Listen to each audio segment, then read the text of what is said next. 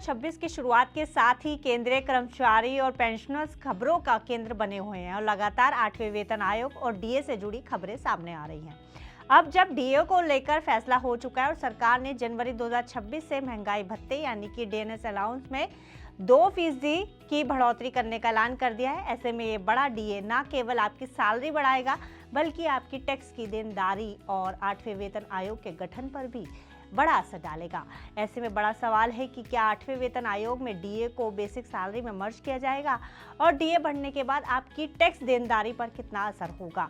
आइए जानते हैं इस वीडियो में। नमस्कार, मेरा नाम है गुंजन मित्तल, आप देख रहे हैं मनी 9। सबसे पहले समझते हैं कि आखिर डीए क्या है और क्यों मिलता है। दरअसल डीएनएस अलाउंस बेसिक सैलरी का एक निश्चित हिस्सा होता है जिसका मुख्य उद्देश्य बढ़ती महंगाई और कॉस्ट ऑफ लिविंग के असर को कम करना है।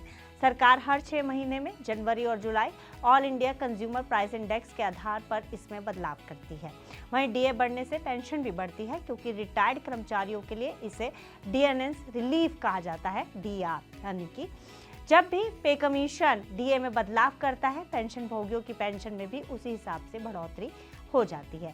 अब डीए से जुड़े आंकड़ों पर नजर डालते हैं। दरअसल सरकार ने जनवरी 2026 से महंगाई भत्ता 2% से बढ़ा दिया है, जो अब 58% से बढ़कर 60% हो जाएगा। ये बढ़ोतरी दिसंबर 2025 के AICPI यानी कि all India consumer price index data पर आधारित है। इससे लगभग 50 लाख केंद्रीय कर्मचारियों और 68 लाख पेंशन भोगियों को सीधा आर्थिक फायदा पहुंचेगा। चूंकि ऐलान अप्रैल में हुआ है, इसलिए जनवरी से मार्च तक का 3 महीने का एरियर कर्मचारियों को दिया जाएगा। वहीं 8वें वेतन आयोग से जुड़ी लेटेस्ट अपडेट पर नजर डालें तो 2026 इसलिए भी खास है क्योंकि 7वें वेतन आयोग का कार्यकाल खत्म हो चुका है और 8वें वेतन आयोग की सुगबुगाहट तेज है और 8वें वेतन आयोग के गठन की प्रक्रिया तेजी से शुरू हो चुकी है। कर्मचारी संगठन 3.68 के फिटमेंट फैक्टर की मांग कर रहे हैं। अगर ऐसा होता है तो न्यूनतम बेसिक सैलरी 18,000 से बढ़कर सीधा 30,000 के पार जा सकती है। लेकिन ऐसे में एक बड़ा सवाल यह है कि क्या 60% डीए को बेसिक सैलरी में जोड़ा जाएगा। हालांकि सरकार ने अभी इस पर कोई आधिकारिक मोहर नहीं लगाई है, लेकिन वेतन आयोग की सिफारिशों में इसे शामिल किए जाने की प्रबल संभावना है। अब डीए और इनकम टैक्स का कनेक्शन समझे तो बढ़ती सैलरी के साथ टैक्स का गणित समझना बहुत जरूरी है क्योंकि डीए पूरी तरह टैक्सेबल है।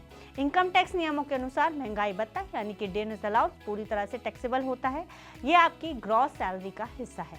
ऐसे में बजट 2026 में सैलरीड क्लास के लिए स्टैंडर्ड डिडक्शन में भी बदलाव के संकेत मिले हैं, जिससे बढ़े हुए डीए पर लगने वाले टैक्स में थोड़ी राहत मिल सकती है। वहीं old versus new tax regime की बात की जाए और उनकी तुलना की जाए तो अगर आपकी कुल सालाना आय यानी कि डीए मिलाकर 7.5 लाख से 12 लाख के बीच पहुंच रही है तो आपको नए टैक्स स्लैब के अनुसार अपनी प्लानिंग करनी होगी। अब सवाल यह है कि सैलरी में आखिर कितनी बढ़ोतरी होगी, तो इसे एक उदाहरण से समझते हैं। मान लीजिए किसी कर्मचारी की बेसिक सैलरी है 50,000 रुपये, 58% डीए के हिसाब से हो गई 29,000। अब हो गया 60% डीए, तो अब आपका जो डीएनएस अलाउंस हो जाएगा 30,000 रुपये। तो सीधा फायदा 1,000 रुपये प्रति महीना प्लस एरियर। एनुअल फायदा आपका देखा जाए तो 12,000 रुपये की आपको कुल बचत होगी सैलरी के हिसाब से। तो कुल मिलाकर 60% डीए की ये बढ़ोतरी 8वें वेतन आयोग के आने से पहले एक मजबूत नींव है। जहां महंगाई से लड़ने के लिए ये 2% की मदद राहत देगी, वहीं टैक्स के नियमों को समझकर आप अपनी नेट टेक होम सैलरी को बेहतर मैनेज कर सकते हैं।